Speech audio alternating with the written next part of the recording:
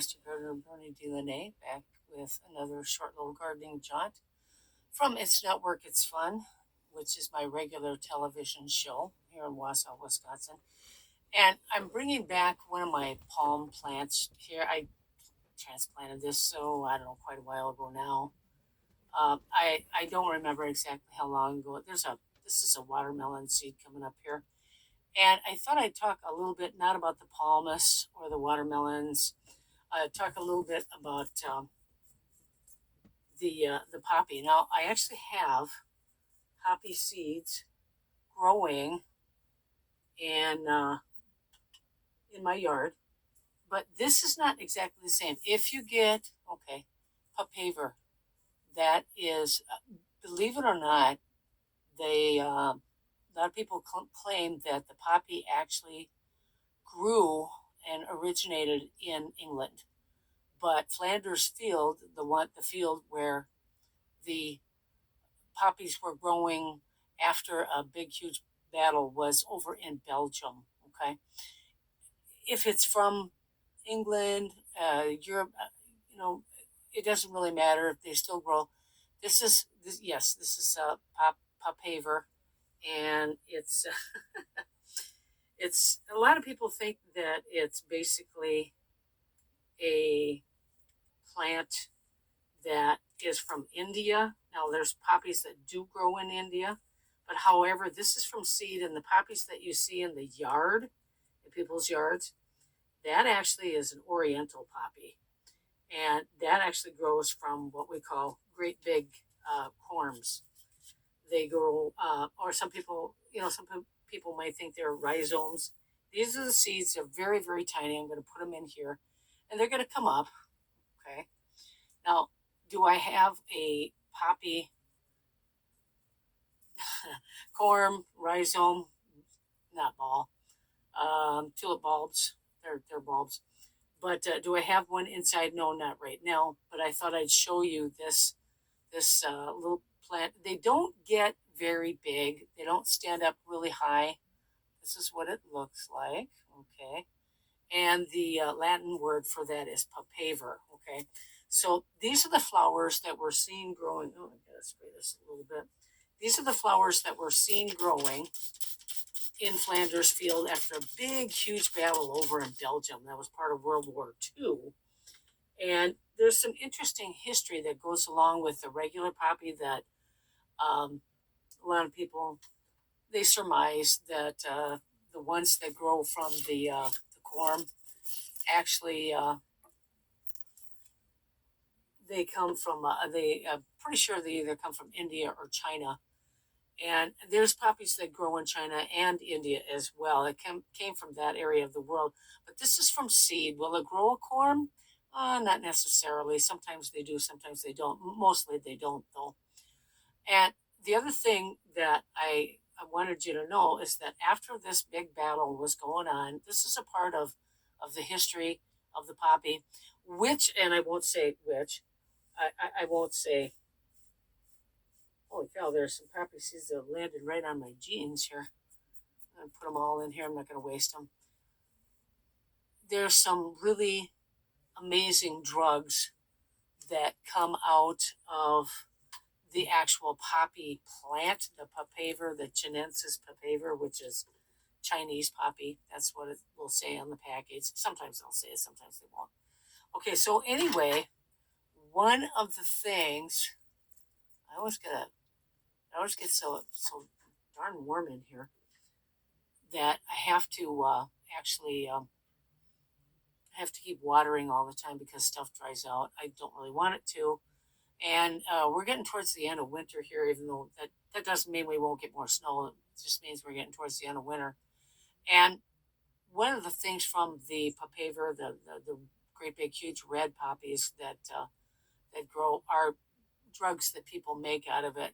Some of the drugs that people make, one of them is a very good drug. It's for pain. It's for morphine. They used it exclusively in World War II by the medics that were out on the field. Okay.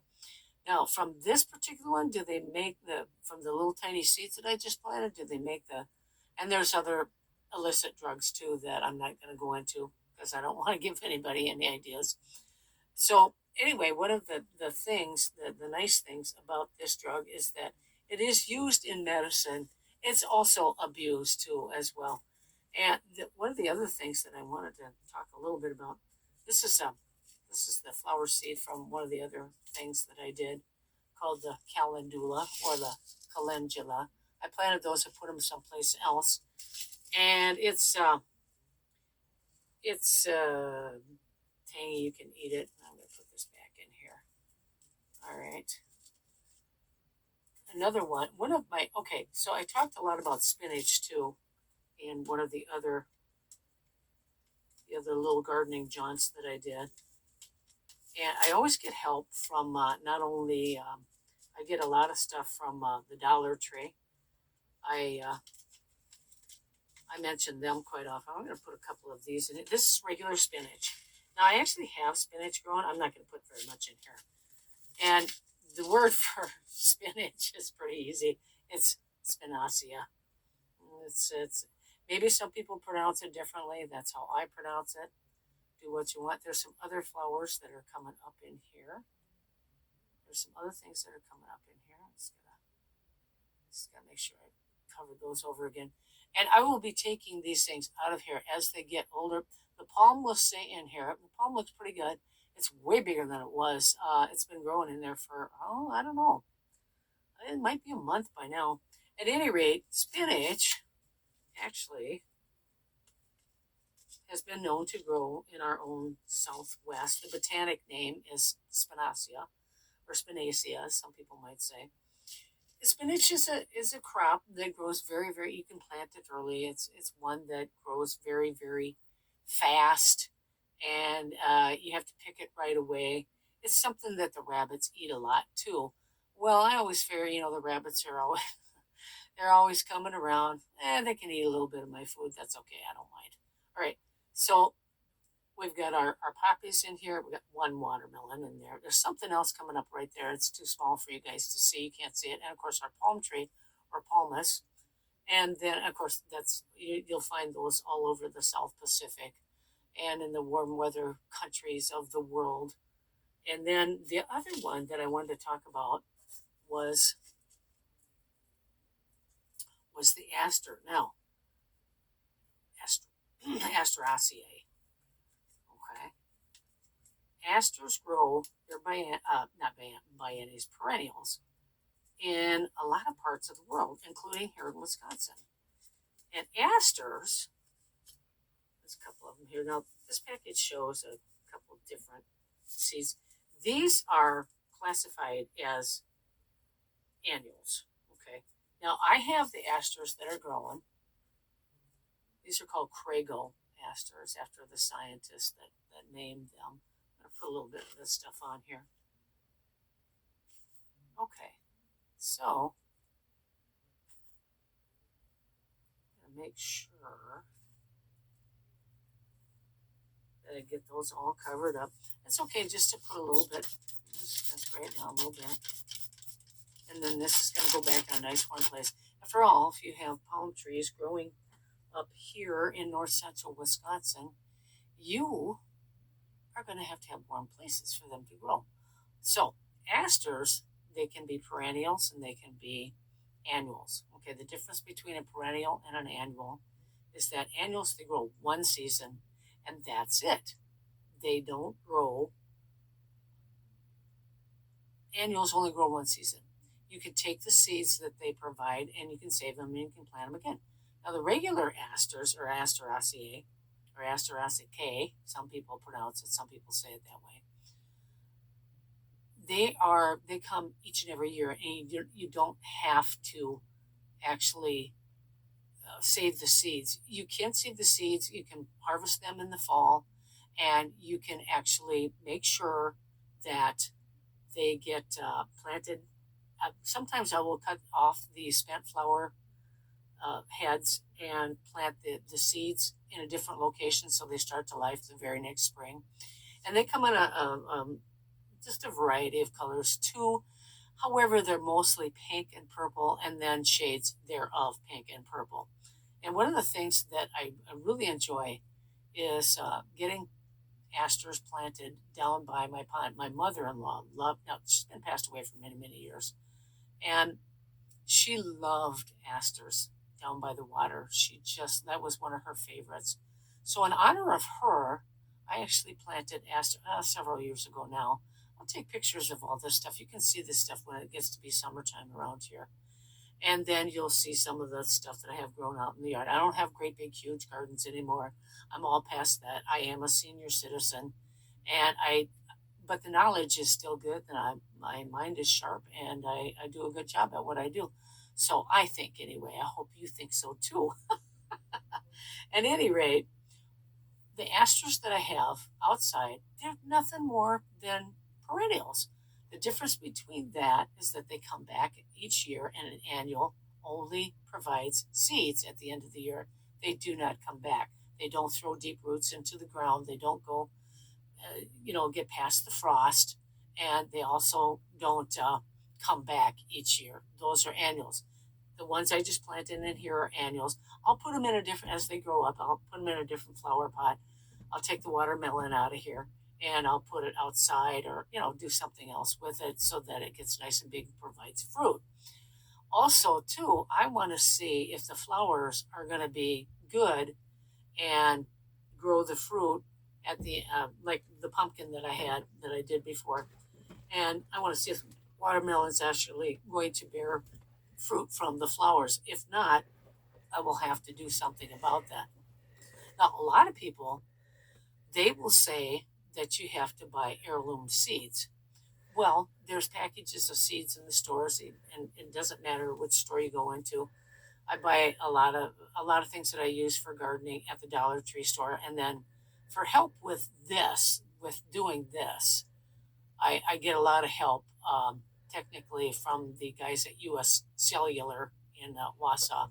I give them a lot of credit because they really do a great job. They do a terrific job of helping me out. I have the knowledge. I know the stuff. By the way, I have another pepper plant here. I can't really get that out of there right at this moment, so I'm not going to show it to you. But I have even a bigger pepper plant than the one I showed you just the other day. And then I will be planting, I'm going to soak some hazelnuts and pecans in some water and see if I can let them germinate and then plant them out in my yard. Well, at any rate, the hazelnut nuts actually are hardy enough to grow around here. And believe me, you got to know what climate zone you're in, because it makes a difference. If it's really, really cold, if it gets really cold, you might be in zone 3 or 4. I'm in zone 4, tiny bit 5. Or south of here, you might be in zone 4 and 5. Who knows? You have to know that stuff. You have to figure that out. You have to get out a climate zone map, or look on your phone. Go on your computer. What climate zone am I in? Because it makes a difference. The growing period is going to be different for, say, up here than it would be, say, down around Chicago and Illinois. That's a different climate zone. Well, it's just about time for this one to end. One more time. I planted asters. Oh, by the way, the Latin name is Callistifus. The aster is Asteraceae, or Callistifus asteraceae. Sometimes they're Callistifus asteraceae chinensis, which means most likely it's Chinese origin. That's okay. Spinach, I just thought I'd talk a little bit. These are early spring vegetables. This is spinacia. Okay. And you can hear that the seeds are in there. And then, of course, our poppies, which is Papaver, I should say. Thought I'd let you see the spelling of that. This is what they look like. They don't look like the great big huge oriental poppies that you see growing, which actually grow from year and year out, from great big huge. They're not called they're not called bulbs. They're called corms. Sometimes people call them rhizomes. At any rate, I'm doing this a little bit differently today because I want to make sure that I can get this both on Facebook and Twitter. People don't have to go to the link. they can just go to this part. I don't know exactly how it works, but I'm Master Gardener Bernie Delaunay. Until next time, let's see if I can get down there. I don't know if I can. Until next time, be green and remember, it's not work, it's fun. Oh,